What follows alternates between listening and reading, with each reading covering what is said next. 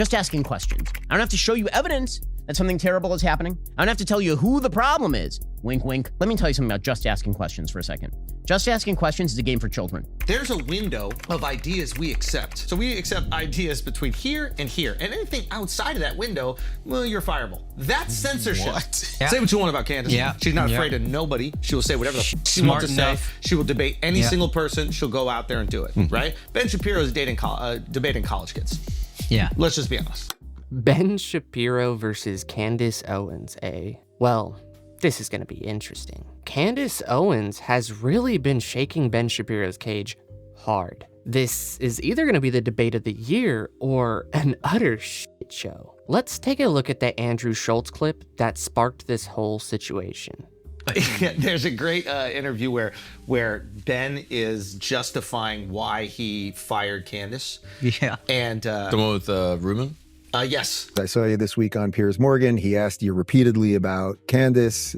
You repeatedly basically said, I won't talk about that. Don't want to talk about it. I'll say that here too. But the reality is that there is an Overton window at the Daily Wire. Obviously, there was a non-meeting of the minds. That's pretty much all I can say on this. In this conversation, he makes the argument for censorship. He calls it something else. Some elements of the right have basically said there is no Overton window. The Overton window should be completely exploded with regard not just to platforms, with which I kind of agree, but with regard to publishers. But he's basically like, there's a window of ideas we accept. Yeah, so we accept ideas between here and here. And anything outside of that window, well, you're fireable. That's censorship. What? Yeah. Say what you want about Candace. Yeah. She's not afraid of nobody. She will say whatever the She's fuck she wants to smart say. enough. She will debate any single person. She'll go out there and do it, right? Ben Shapiro is debating college kids. Yeah. Let's just be honest, right? It's like anytime he debates somebody who's like worthy, he either gets washed or bare minimum stalemate. I've never seen him actually win a debate against somebody who's like educated in the matter. Well, after this was posted on Twitter, Candace Owens took it as an opportunity to challenge Ben Shapiro to a debate on the current definition of anti-Semitism. And with growing pressure coming from Twitter, Ben Shapiro hopped on his phone during the Shabbat. But I feel like there's a few things worth pointing out. Isn't it a bit convenient that Ben Shapiro popped up immediately after her request, only to be like, yeah, it's at the Daily Wire and it's at this time?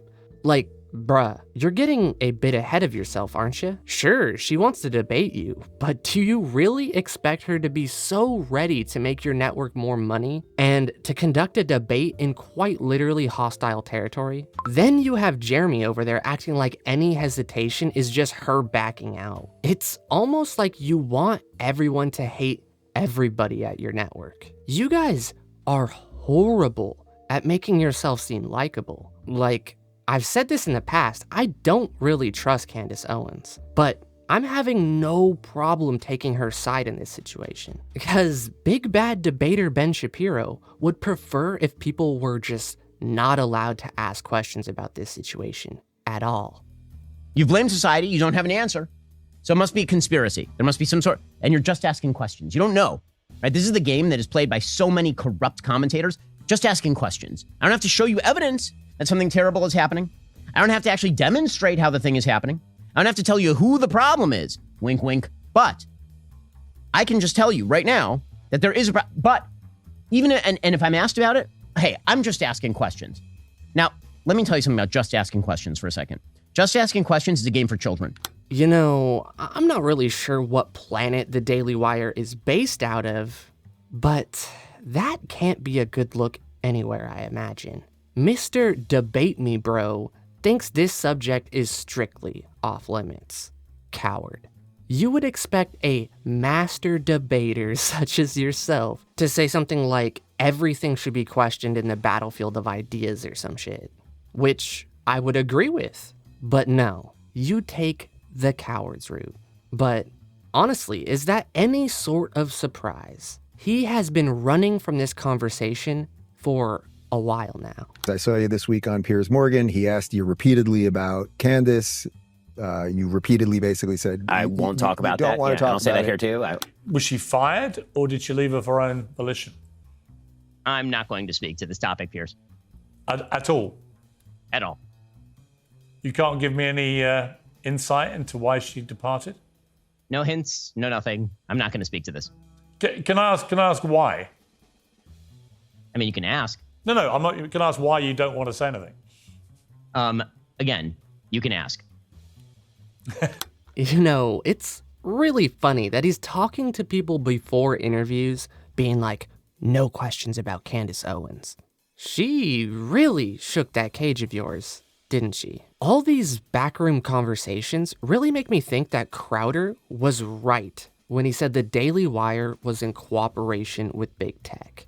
Can be no next me if the people at the top with the financial resources are doing the bidding. That's being the arm of big tech. What you just said is, well, we have to play ball with big tech if we want to make money. Well, I don't. Why don't you guys follow a model like I have and scale it? That's what I've been doing since 2014. You know that. Has been trying to make sure, which I thought we were all doing, that we can all flip the bird to Silicon Valley. This is saying we need him and you need to play ball. Yeah, we all know when it really comes down to it, Ben Shapiro only cares about the dollar. He is utterly afraid of questioning anything outside that narrow view of the mainstream Republican rhino talking points. And when he accidentally does, he will ask for it to be cut out, like the coward he is.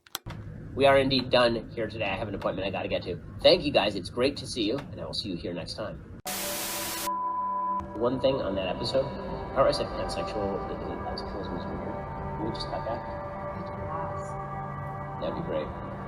Before it's reposted? Yeah. Yeah, we could, It's like a 10-second bit. It's about halfway through. It's just I'm pansexual. I'm like, that's kind of weird. Like, you like everything? Yeah. No, just like. You want to get rid of that? Yeah, it's just that, like, it's nothing, but So they'll when make it something. when you I mean, it is finish- weird that you are attracted to every single thing. Wait, when no you finish- taste at all. It is a funny bit, but that's why I'll get boycotted. All about that dollar bill, right, Ben? Like, Crowder definitely has his problems. But when he said you guys were in cooperation with big tech, he really hit the nail on the head, didn't he? We here at Mug Club, we thought that we were all in this together, that we were fighting the media, entertainment, industrial complex. We thought that we were all genuinely taking it to big tech. But too many of those in charge of the big conservative platforms are verifiably in bed with them. The people I thought were fighting for you, a lot of it has been a big con. It's all about protecting those sponsorships and those sponsorships ideals, or at least what that corporation is willing to bend the knee to in the name of doing better business. Principled conservatism is just a mask for you to make money, apparently.